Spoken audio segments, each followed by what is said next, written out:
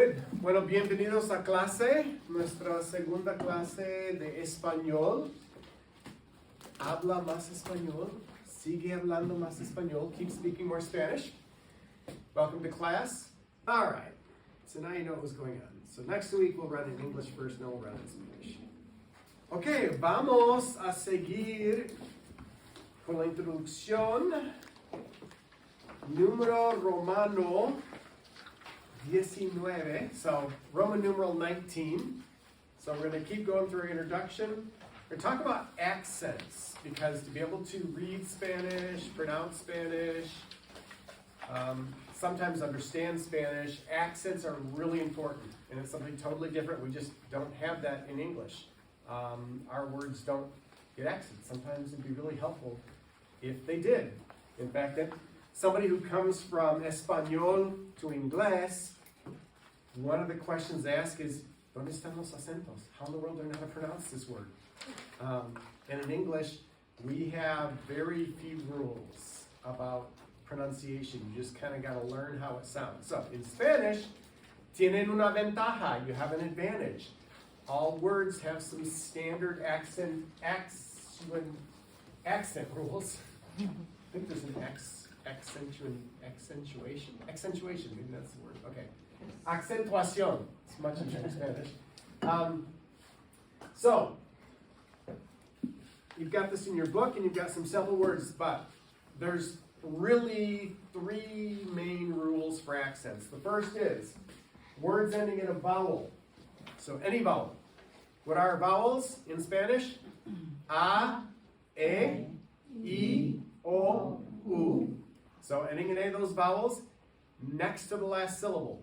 So if it doesn't have an accent and ends in a vowel, it's always the next to the last syllable that gets the stress when you're saying it. And that includes words that end in N or S. Why those two consonants? I have no idea. I didn't make the rules, just learned them. So if the word ends in a vowel or it ends in N or S, next to the last syllable is the natural stress point. So we've got some examples for the verb ones.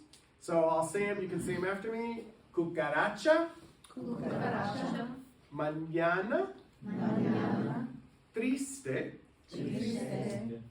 Hablo. Hablo. Volumen. Volumen. Examen. Examen. Tomates. Tomates. All right. So, cucaracha. It's cucaracha. Yeah, there we go. Mañana Mañana. is tomorrow. Triste. Triste is sad. So the opposite, triste, feliz. Sad, happy. Hablo. To speak. Hablo is I speak. Yeah. Volumen. Volume. Yes. Interestingly enough, in Spanish, volumen works for like loudness, like music volume, as well as like fullness or like hair volume. So, examen is exam. And again, exam like test, exam like medical exam, has a lot of the same usage as in English. And then tomates. Tomates. Tomatoes. Okay. So, if you have a word that ends in any other consonant than other N or S, the stress goes on the very last syllable. So, you have salud, Salud. amistad, Amistad. papel, Papel. vegetal, Vegetal. azul, Azul. mujer, Mujer. cantar, Cantar. doctor. Doctor. Yeah. No saying doctor. It's doctor. Doctor. Yeah. And then nariz. Nariz. Okay. So salud Salud. is Cheers. cheers, health, or bless you. Yeah. Salud means your health, and so when somebody sneezes, the most common thing is to say is salud, which is kind of like to your health. Now you may hear and I'm not sure all what countries this works for. It did in Venezuela, where I grew up. Somebody sneezes the first time, they say salud. They sneeze the second time right after it, they say plata. They sneeze a third time right after that, they say amor. So people basically get wished salud, health, plata, money, and then amor. And they say if you sneeze the fourth time, you lose it all. So stop at 3. So within some cultures, some countries, you'll hear that. You'll hear salud go, yeah, and then they'll sneeze again, you hear plata. It's like, what? I thought it was salud. Well, no, it's plata, it's the second time, and then amor. And so, within our family, our kids got used to me doing that. That was natural, so salud. And then, of course, if they didn't get the third one, I would just say, te amo, I love you. Anyway, so. All right, so, amistad. Friendship. So, amigo. So, we have, what do we have in English that's close to amistad? I don't know, but amigo, friend, amistad, friendship. Papel. Paper. Vegetal. Vegetable. Yep. Azul. Blue. Good. Mujer. Woman. Yes. Woman, lady. Cantar. To sing. Yes. Doctor. Pretty obvious. And then nariz. Nose. Yep. All right. Go to the next page. So, when a word violates one of these rules, they will let you know. How do they let you know? They put an actual accent where you need to stress the word. That's why Spanish pronunciation, for at least the accentuation of it, there's really no excuse. Get the rules down, vowel N and S, next to the last syllable, any other consonant, last syllable, unless there's the accent. And so we've got some of the exception words that have their accent. So, teléfono,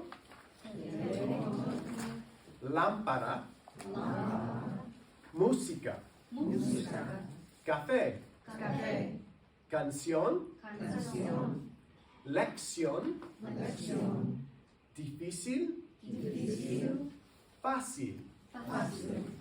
Okay? So let's repeat those. Last one, fácil. Fácil. Yes, fácil is easy. Difícil, right above it, is hard. So, teléfono, pretty obvious, telephone. Lámpara. Lamp. Yep. Música.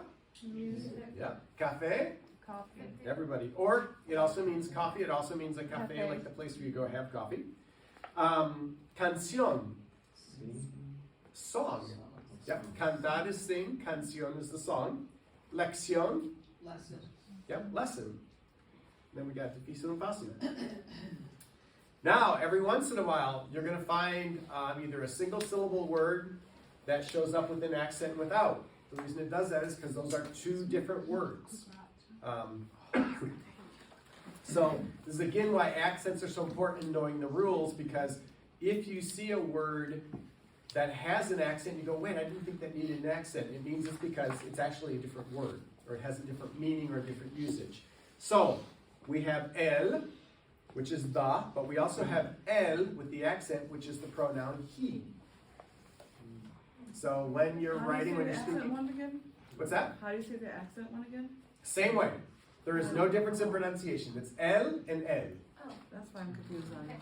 Yes, yeah, because they sound the same. The only way you know, and so obviously, when you're speaking, because they sound the same, you get your clue from context. Just like we have, and we do have words in English that like sound the same and are spelled the same. Like take our word trunk. What's a trunk? Depends. You're talking about how many suitcases you can fit in a trunk? Or are you talking about what an elephant blows water with? It's trunk. Or Tree. are you talking about a tree? And can you really get your arms around that trunk? So, we have, and the only way we know which trunk you're talking about is context. And so the same thing works in Spanish. So you'll know if it's el color or el elefante, or if it's el va caminando, he's going walking, by the context. So, si, without the accent, means if. with the accent means yes. And so that becomes really important when you're writing, when you want to communicate. If you're meaning to say yes, it makes a lot of difference if you've got the accent there or not, because if or yes can make a really big difference in a sentence. Tu, tu, is either your, so the possessive pronoun, so tu carro, your car, or it's also tu as in you, and when we get into verbs, we'll have the yo, tú, usted, nosotros, ustedes. So the two with the accent. This works the great majority of the time for remembering. If it's more personal or personalized, it'll more likely have an accent. So for example, when you're talking about a he, as in a person, then the he, the L will have an accent. If you're talking about the person you, as opposed to your, the person has the accented form. And that often works. So if you have to guess one way or the other, go with the more personalized it is in terms of getting the accent. So se is another one. You have se and se. Se is oneself, so it's another one of the personal pronouns. And then se with the accent is I know, yo sé. But some people just say se. So the Alright. accent sounds the same, the word sounds the same with the accent than without it? It's Totally. just- There is no difference how it's You don't know pronounced. which, Yep, so you have to know context. So, Okay.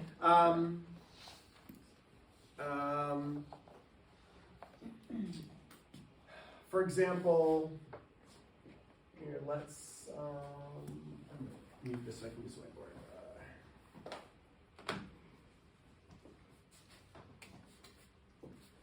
My markers. No, let's not get the Sharpies for the whiteboard. There's some on the board already. There's some on the board. Yeah, most of the schools, and they don't always work the best, and so I have my own. Besides mine have color, so. All right, so if you have, trying to think of a real simple sentence.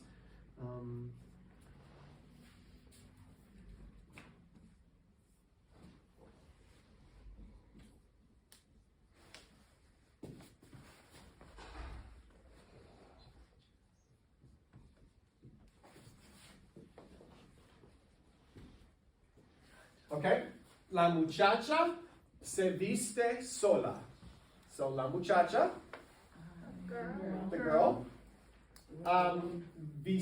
Vestirse is the verb, means to dress or to dress oneself. So the girl se viste, so she dresses herself sola, Alone. alone, by herself. Means she can get dressed herself. La muchacha se viste sola. So there's se without the accent, which means herself. So it's like reflexive. So does that mean, like, if you have, say, do you need the sola at the end too? Or would it mean the same thing without it? In Spanish, it would call for the sola. So you say la muchacha se viste. But se viste just means dresses herself, and it could mean, so you might, it would beg the question, se viste. So she viste how? In what? So if you say se viste sola, she dresses herself by herself. Se viste de pantalón para jugar. So she dresses herself in pants to play.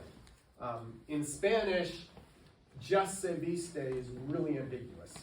And so most of the time, if you just said la muchacha se viste, they'd be like, okay, so what more? So yes, she dresses. It'd be like saying the girl dresses. If we said in English, well, the girl dresses. Yeah, okay. Okay. Her dolls, herself, in what? So, and that's kind of how that's the same kind of what's the word I want?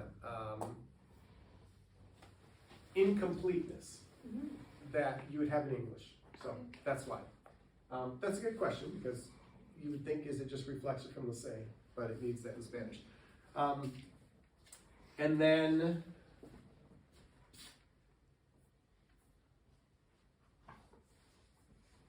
La muchacha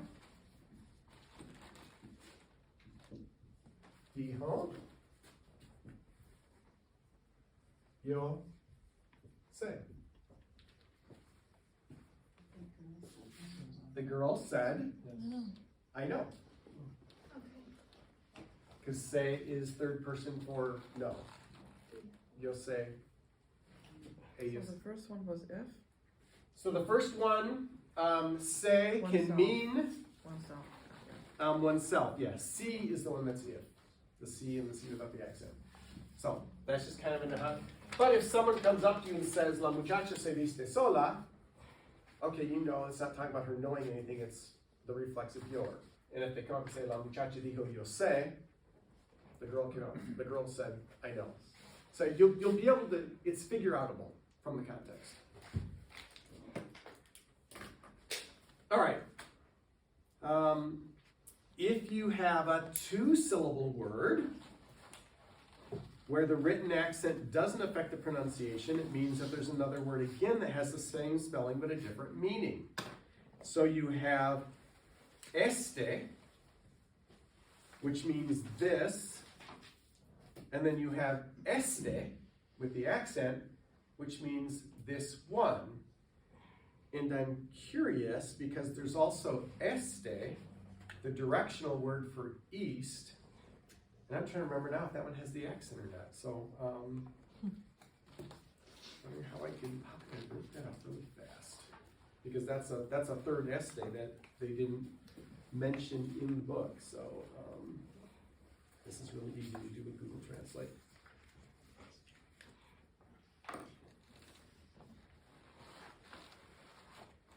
There's no accent. No accent in my dictionary. Okay, thank you. Two. So, if este doesn't have an accent, it can either mean this, or it can mean east. And if it has an accent, it means this one. And again, you will know that by context. Ese, same thing. So este is this, ese is that. And then este and ese, that one. And again, in written Spanish, you don't have to worry about it. It's spelled, it sounds the same, it's pronounced the same. You just use it. That only comes into bear if you're like reading, interpreting, or if you're writing something. All right. So, question words. Sorry, interrogatives. These become important for grammar because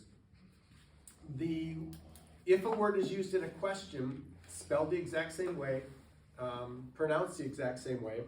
So you have que, which means what, or you have que, which means what. So que and que, and again, the accented one, the one that means the question, has an accent, and this is consistent. All the question ones have the accent on them. And so again, if you're typing an email or typing a message and you're doing it in Spanish and you're asking a question, you want to make sure you accent que, or quién, or donde, or cómo, or por qué, or cuál.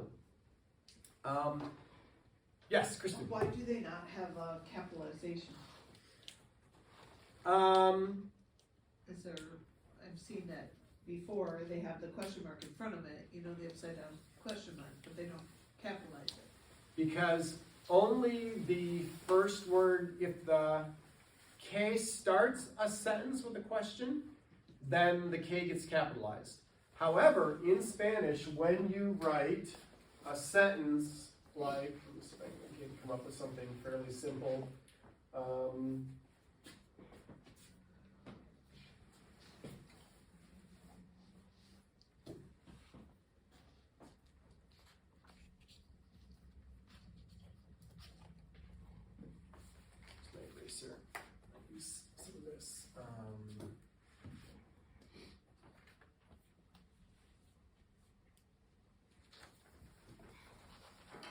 Like a lot of people have donde la baño, right? ¿Dónde está el baño? Yeah. Yeah. If that's the whole sentence, but if it appears, so in Spanish, if you're speaking and you switch over to a question like in the middle of your sentence, the whole sentence doesn't get the question mark, only the phrase that's actually the question part gets the question mark, and then you don't change the capitalization. So I was trying to think of a practical example where that works. I notice it because I do it in email all the time when I'm writing emails.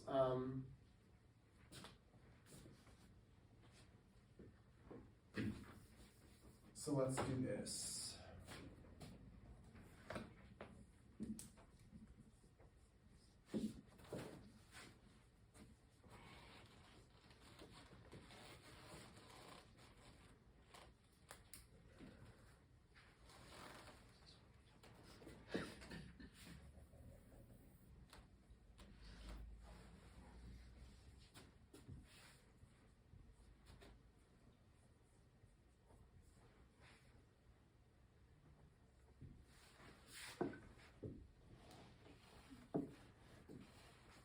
I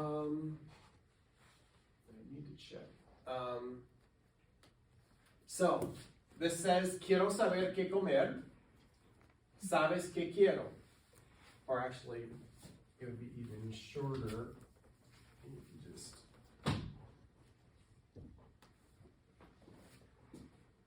So, quiero saber qué comer. I want to know what to eat. Do you know what I want? So, because the actual question part starts here, that's where the accent goes, but because it's part of the sentence, it doesn't get capitalized. There's kind of a long answer to Kristen's question, Wow. which is why they don't assume capitalization on the interrogative words, because they can appear in the middle of a sentence. However, if it's, well, if you just did this,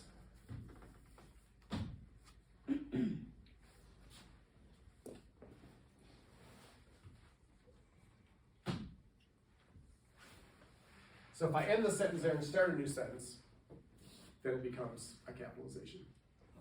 So it's again another something different, and as we read things, we may run into that as we read Spanish. So let's run these words. ¿Qué? ¿Quién? ¿Quién? ¿Dónde? ¿Dónde? ¿Cómo? ¿Cómo? ¿Por qué? ¿Por qué? ¿Cuál? ¿Cuál? Okay, those are good to run. Get those because those will really help you in conversation.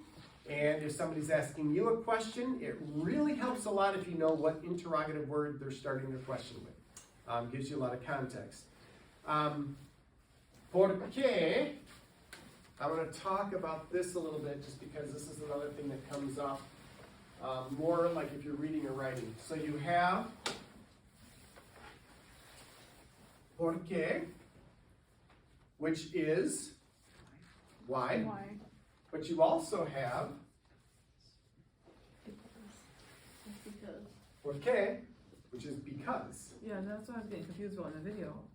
Because they're using por qué a lot, and I was like, are they Yeah, saying and because, so or if are they it's- saying... And again, there's very little differentiations because it's por qué and it's por qué.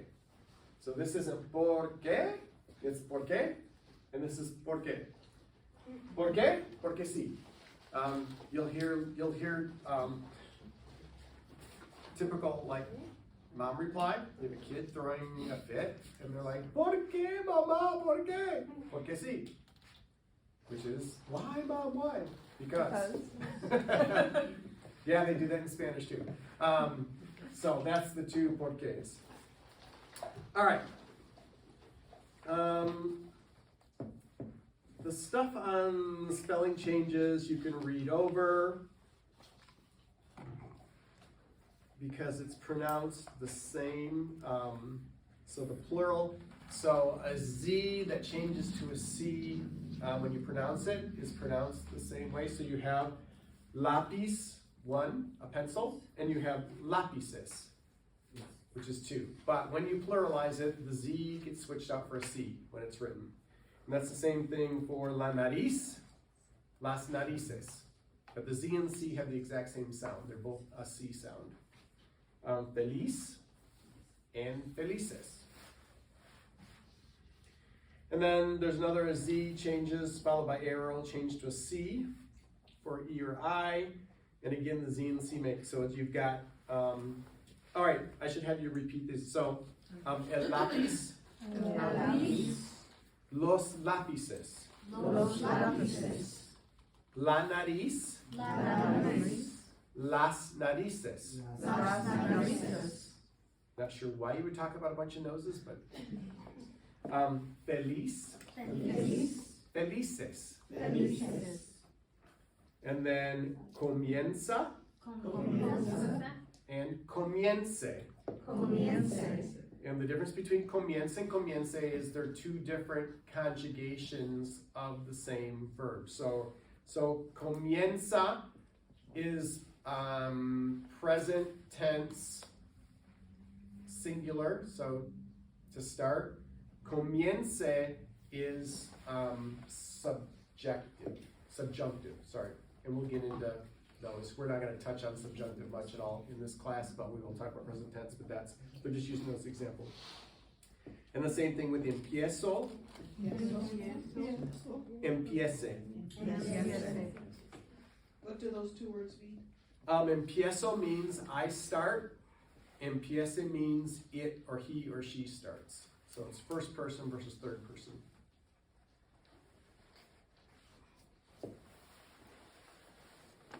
All right, and then next page you've got some other spelling changes where some verbs tocar, as you conjugate them, they'll substitute the C for a Q, U-E. It keeps the same hard C, hard K sound, so you have tocar, but then it's toque, and then you have llegar, and then llegue. And when we get into irregular verbs, we'll see more of those where they switch it for spelling them. So, and there's a note on Castilian Spanish, which I have a really hard time imitating the accent, so I don't even try. But if you've heard people from Spain speak Spanish, you know that they refer to it as a lisp. It's not. It's just that certain words, letters get a TH sound. So a C that comes before an E or an I. So for example, our comience, so the bottom of page 20, would be comience in Castilian Spanish. Empiece would be empiece. And then any Z.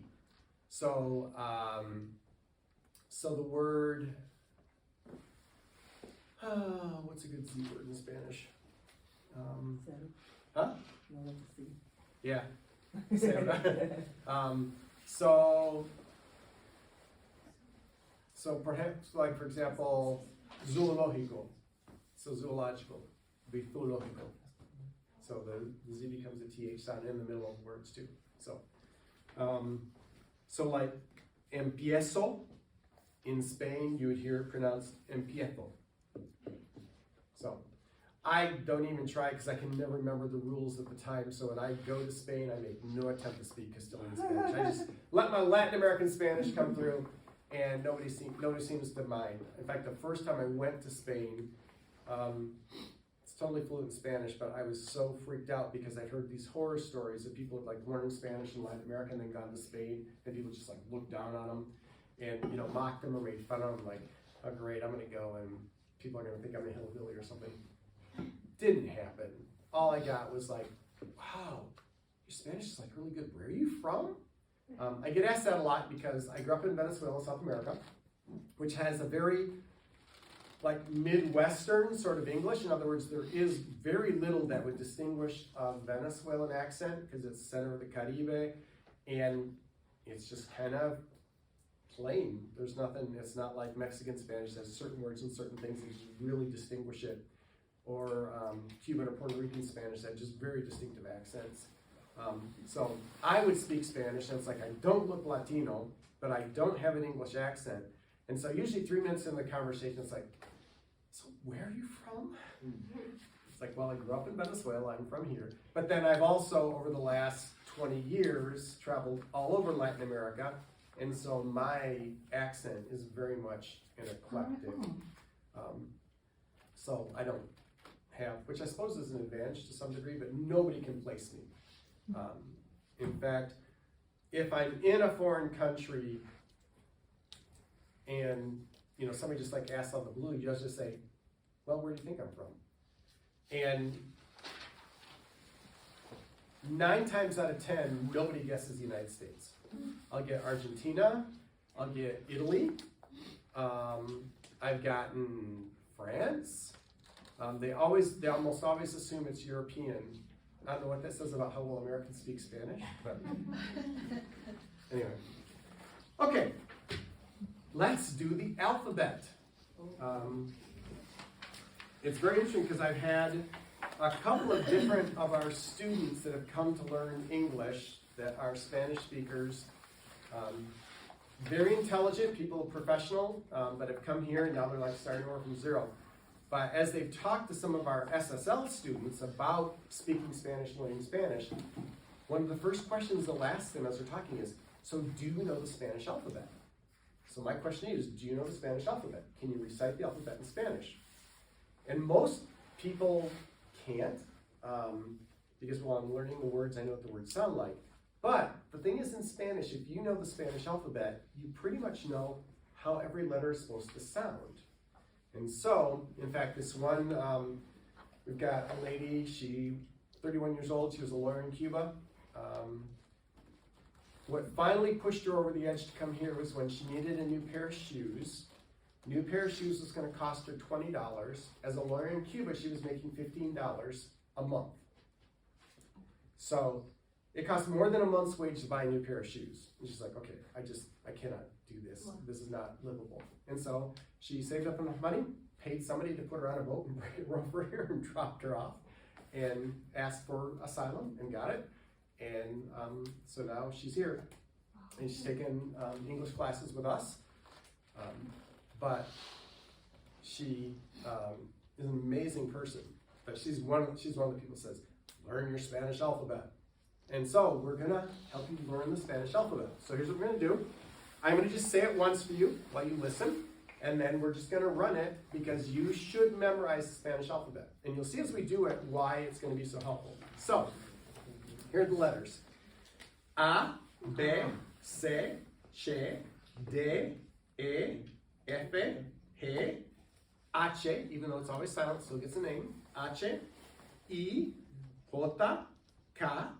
L, J, M, N, N, O, P, Q, R, S, T, U, V, or they've got V corta. Sometimes people say V chica. W or W, X, Y. Some countries it's J instead of Y. And then Z. All right, so much slower. Let's say those together. All right, here we go. A, B, C, Ch, D, E, F, G, H, I, J, K, L,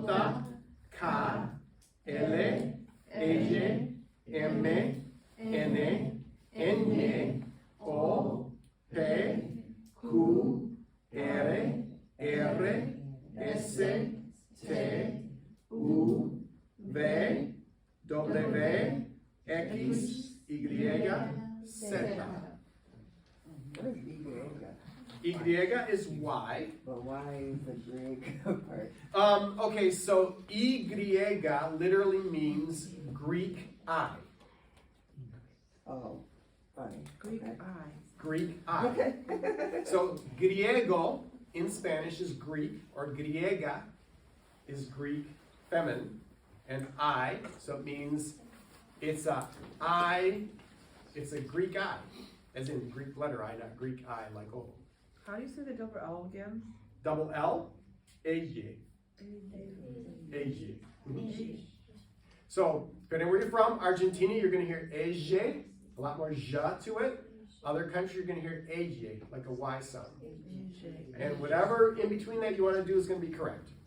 So, that's whatever's easiest to say. AJ, AJ. Yep, L, AJ. How do you pronounce the X again? The X, X. X. Yes, Dos Equis. There you go. I don't know language, I know that. That's okay. It's amazing how much of that stuff comes across. So, it's amazing how many people knew the word corona. Do you know what corona means? Crown. Crown. So, okay. What's that? Oh. All right. So, I would encourage you to repeat these. If you want to do something fun, Google Spanish alphabet. Because there are a lot. I mean, Sesame Street has some varieties. And so, learn the Spanish alphabet. And as you run through it, you know why. Because if you, for example, if you see the word, take this off right now.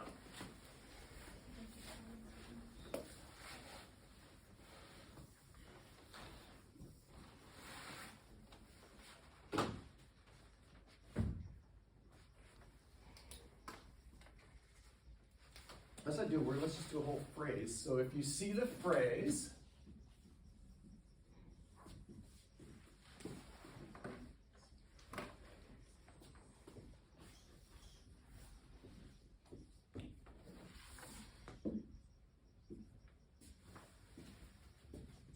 ¿Cómo se llama usted? So, what's your name? What are you called?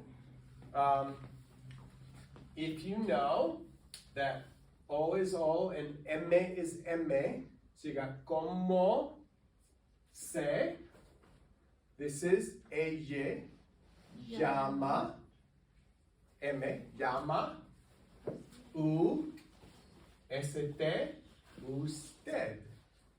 If you know what the letters are called and what their names are, you can say pretty much anything, any Spanish word. Look at it, even if you don't know what it means.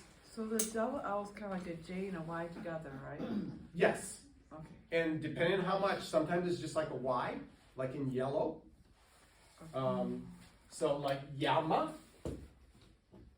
or you're gonna hear llama, and anything and everything in between. And both, like I say, both are correct. It's simply a matter of where you learn it, how you learn it, what comes more naturally. To some people, it's a lot easier to put a ja on it, and you just make it a straight Y. All right, so let's look at some of our basic greetings and salutations. Oh, first though, need to ask.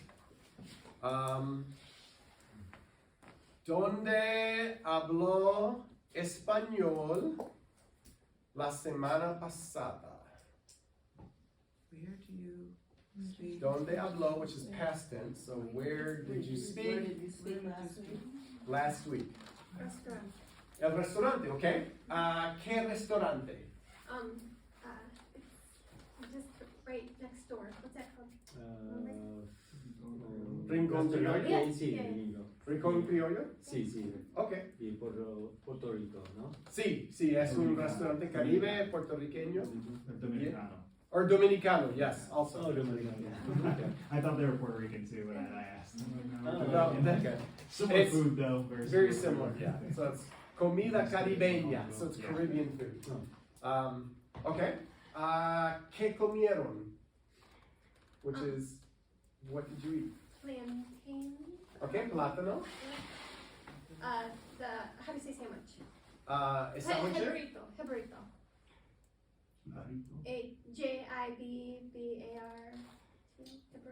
Jibarito is like a Puerto Rican, it's like a Oh. Caribbean sandwich. Yeah. Habrito? Jibarito, I think. Jibarito? Okay, haven't had that yet, so, alright. So fue bueno? Sí. ¿Le gustó? Delicioso. Delicioso, yeah, okay, good.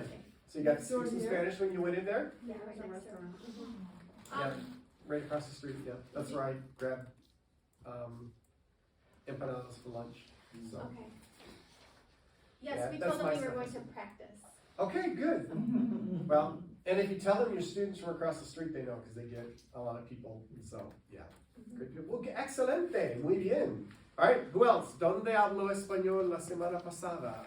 Yes. Con mi trabajador de alimentos. Okay, con su trabajador de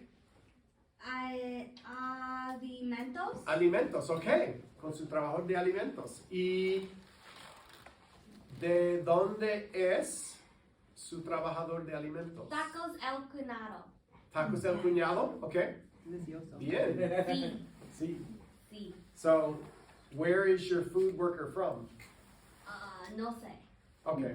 But you went there to eat and you talked? Excelente, muy bien, okay. ¿Qué más? ¿Dónde habló español? In the airport, I made a total fool of myself. Big lesson in humility. Excelente. I know. See? I So was what in, happened? I was in line getting, so I saw Monique when I was At the airport? Yeah, because she works for TSA. I was like, what? Oh, that's okay. I said, hola. Did you say hola back? I don't think she said hola. I think I said, hey, Monique. Yeah. Same thing. Yeah. I mean, the same thing, but I didn't speak Spanish last week. That's okay. So what happened? So anyway, I thought I heard people speaking Spanish behind me. Okay. I thought it was Spanish. It sounded like Spanish. So the only phrase I truly know in Spanish is como se dice, so I said, como se dice line in Espanol. And they said, we don't speak Spanish, we speak Portuguese. It is very close. And they probably understood you though. Well, she didn't, she just said, we don't speak Spanish. That's nuts. Sorry. I want to say, lo siento, but I just said, oh. I'm sorry. That's okay. That's not, well, see, that's at least, yeah.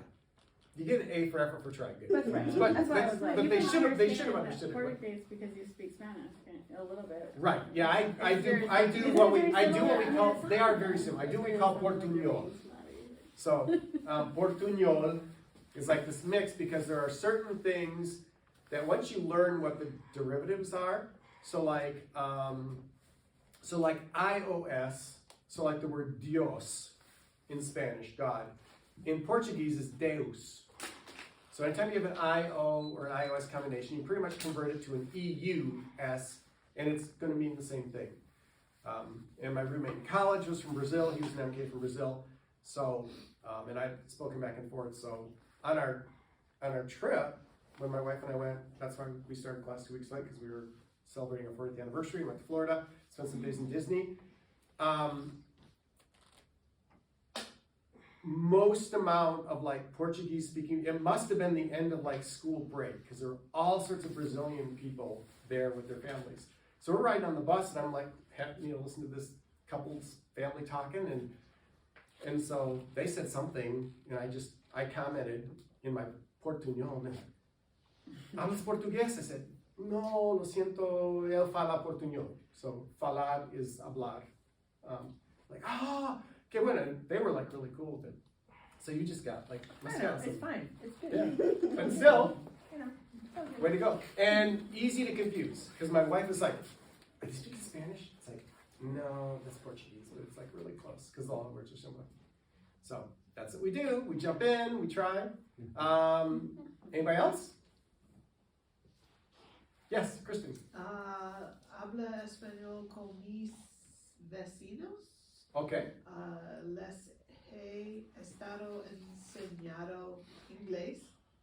Muy bien. Has estado enseñándoles inglés. So, everybody get that? She spoke Spanish con her vecinos, neighbors.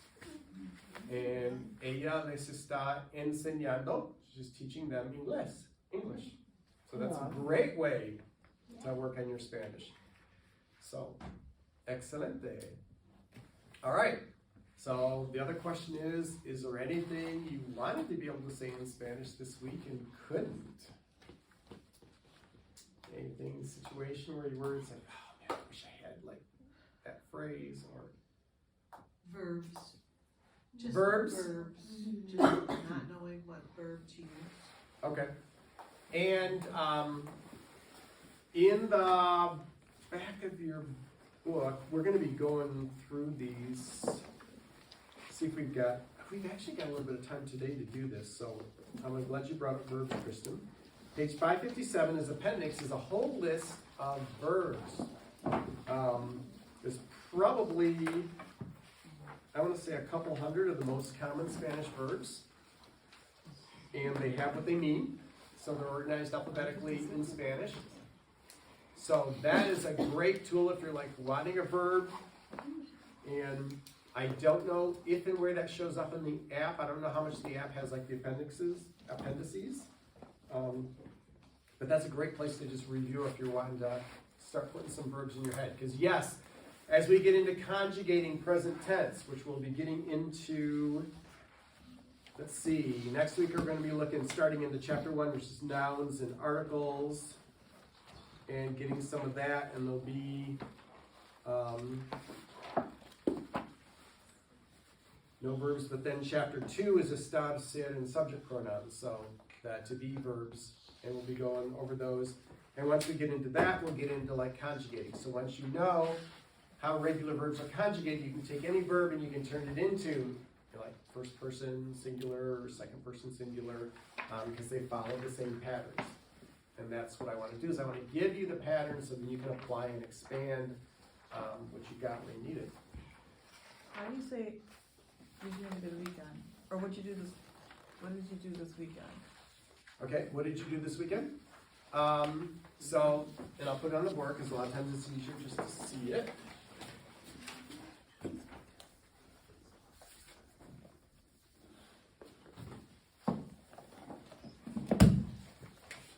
Well, how far do you think you could get on your own, Kim? So, what? What is? Okay. Como? Okay. Okay. Como is also what, as in like, what did you say? But if you're saying like, what did you do? It's the K. Okay. Como is also like how, like como está, how are you? But you'll hear people, if you'll say something, they'll say como, which means like, what? Like they missed it. So que, and then you're not gonna, so hacer is a verb, so it'd be que hizo. Or if you want to use the familiar, it would be hiciste. So that's the to form, that's the familiar, and this is the usted, the more formal. So que hizo, and you don't have to say usted or to, because it's understood by what's there. So que hizo, this. Do you know what this is? What is your weekend for? Este, yeah. Que hizo, este. And then, what's our word for weekend? Fin de semana, end of week. So, fin de semana. It means end of the week, but together it means weekend. So, que hizo este fin de semana? Yes? I have 2 questions. Okay. Number 1, how may I help you? And number 2, what are you looking for? Okay. How may I help you? So, Como? okay, good. So, como? Ayudas? No. How can I? You need helping verb in there. Puede? It's puedo. So, como puedo. Como So, puedo? can is puedo. If you're saying how can I do something, como puedo. That's, and puedo is I. So, como puedo. Ayuda. Como puedo. And then yes, ayudar is the verb. So here's something that's really nice in Spanish. It's a very simple construction form. Anytime you have a verb that you conjugate, so like puedo is the verb poder, helping verb can. As in English, the verb that follows is in the infinitive. You don't conjugate it. So como puedo ayudar. And now you can either say ayudarle, which is how can I help you, or como puedo ayudar a usted, either one, but most common would be como puedo ayudarle. Como puedo ayudarle? Ayudarle.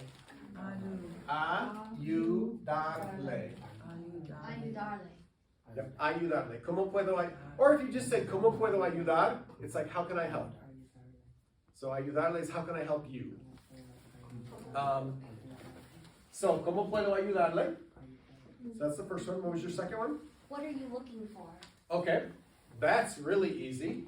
So what is? Okay. Okay. And do we know the word for to look for or to look? Buscar. Buscar.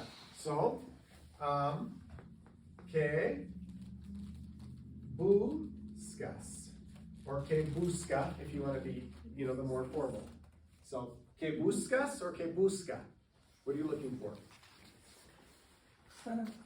Really simple. If somebody asks you that, if you're like in Spanish tienda, and someone says, ¿Puedo ayudarle? Que busca? You can say, yo busco, I'm looking for, or estoy buscando, but yo busco, and then whatever the object is. So, all right, good. Real practical stuff. Okay. I always get stuck in the middle and then I forget to write what I couldn't, like the sentence I needed to know. Yeah. So next time I'll just have to like write them down. Yeah, absolutely. Yeah, or do a voice note on your phone or something. Yeah. Good for this. You're gonna find that that's the stuff that you want to use, and most of the time, there's gonna be somebody else that also wish they knew how to say that too. How accurate is Google Translate? Like that, I don't know if Google? anybody has iPhones, but there's like an app that you Google can like Translate? speak into. Google Translate Really is good. quite. Very good. Yeah, Yeah. it's very good. Yeah, I use that Um, right. Yeah, if you're in a situation, it's got probably 90 to 95% accuracy, especially on real basic Mhm. sentence. The simpler you keep your sentence construct, the more accurate you're gonna get. Don't use names. Huh? Don't use names, like if you're asking someone, say, your spouse or your brother, don't say his physical name. Right, They yeah. can't handle names. Yeah. I text my mother-in-law a lot, so what I do if I'm Google translating, I just translate it back into English to make sure that what I'm saying is proper Yeah. before I send it to her. That's a good idea. Yeah, back translation is always not a bad idea. But yeah, it's a very good intermediate tool. In a conversation, it becomes kind of awkward to have to rely on, but hey, start using it, because if you use the same phrase like 3 or 4 times in Google Translate, pretty soon it's going to be stuck in your head, and it's going to add that fluency, which is what we're all going for.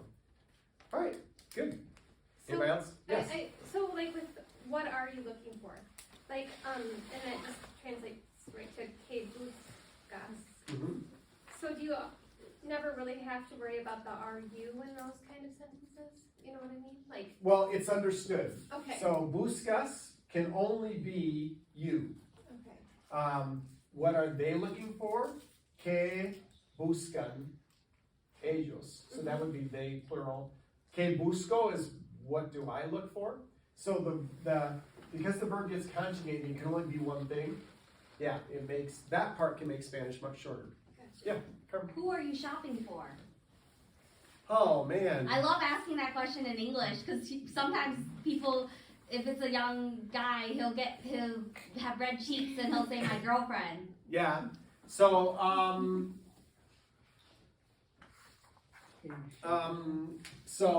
so who are you shopping for? Quién? You're gonna start that with para quién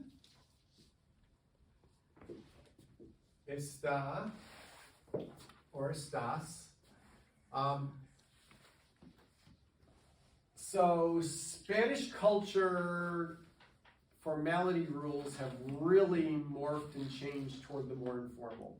There was a time, even probably 5-10 years ago, where you had to be so careful, because if you used the really familiar form with somebody that was a total stranger or somebody a little bit older, the potential for being offensive was pretty high.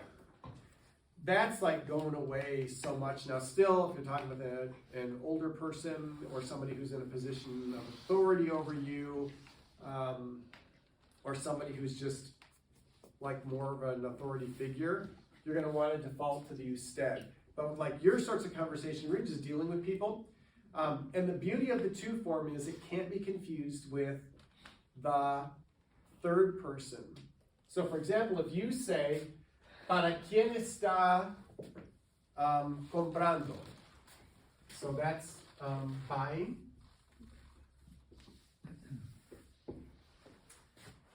That, if you just have está, ¿para quién está comprando? That could be who is he shopping for, who is she shopping for, or who are you formal shopping for. If you do para quién estás comprando, okay, just eliminated all the ambiguity. It's like, who are you shopping for?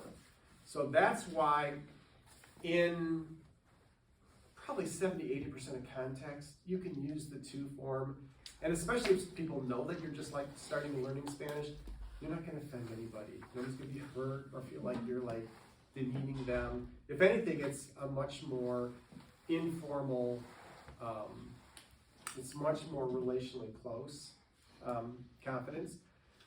So anyway, so because of that, in that sort of context where you're like approaching them, Carmen, I would say, para quién estás comprando? Who are you shopping for? Para quién estás comprando? Disfrutar quién para estás comprando.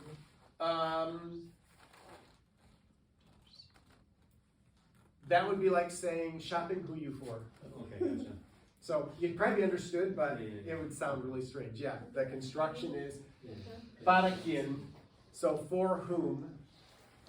So it actually translates, for whom are you shopping? Which is more grammatically correct. If we were speaking correct English, we should be saying that, not who are you shopping for, we should say for whom are you shopping?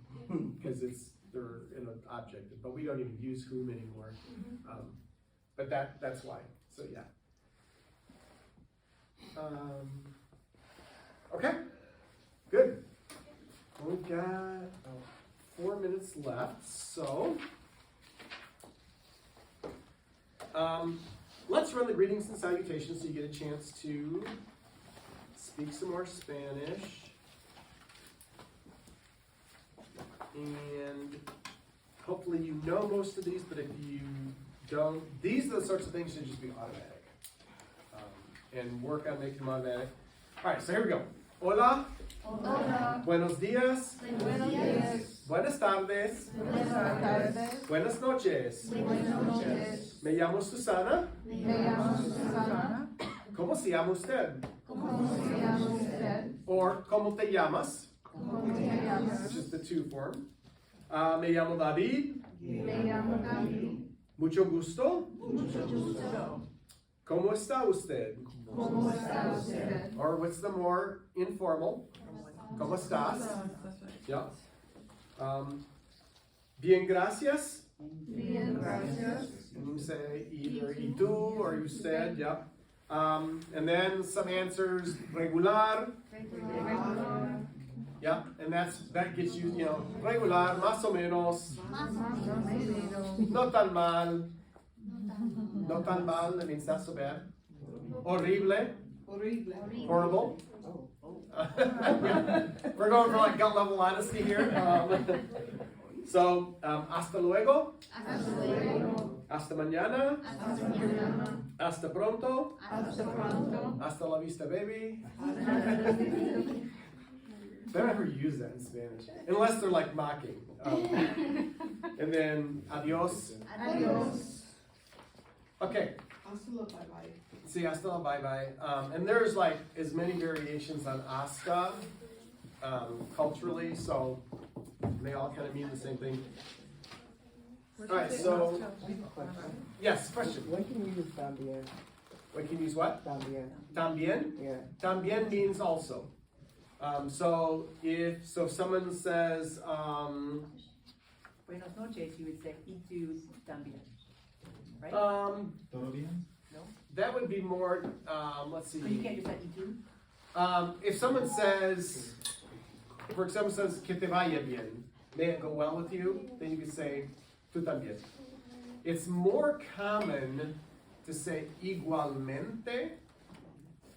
Now, tú también is if somebody wishes you something and you want to wish it back, but you could also use the word To you, to. igualmente, which means same to you. So someone, they may be leaving and say, que pases buena noche. So have a good night. And you can say igualmente. Or there you could say tú también. Or just también. But igualmente just means like same to you. Do they use también, like me too, like also, me also, like, Yes, yeah, like yo that. también. Yeah. How do you spell también? También. Tam. T-A. Bien. Pretty sure it has an accent. Oh, I've seen it, yes. So también. So also.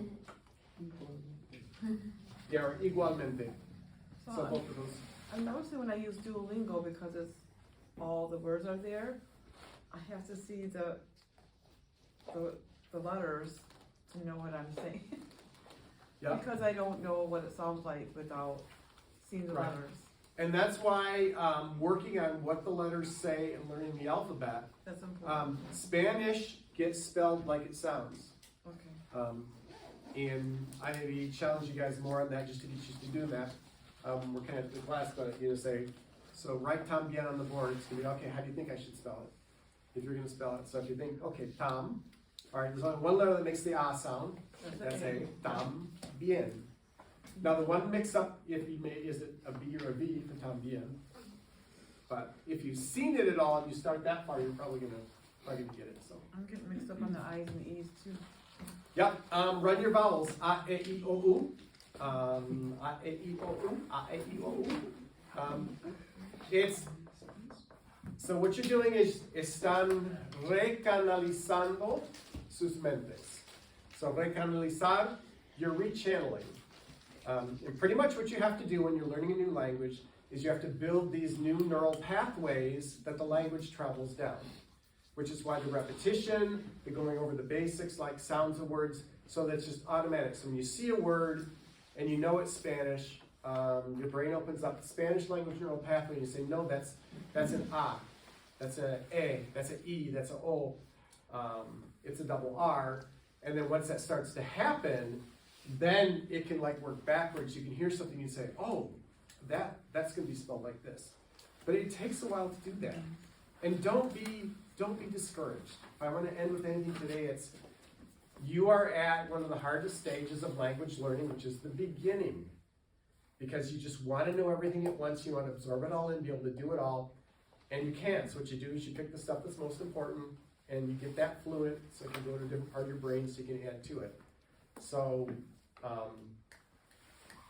sigue hablando más español. Just keep speaking more Spanish. Because speaking pressures your brain to reuse it and rechannelize it. So, all right, good. Have a great week. Thanks for being here. Good class, and we'll see everybody next Monday.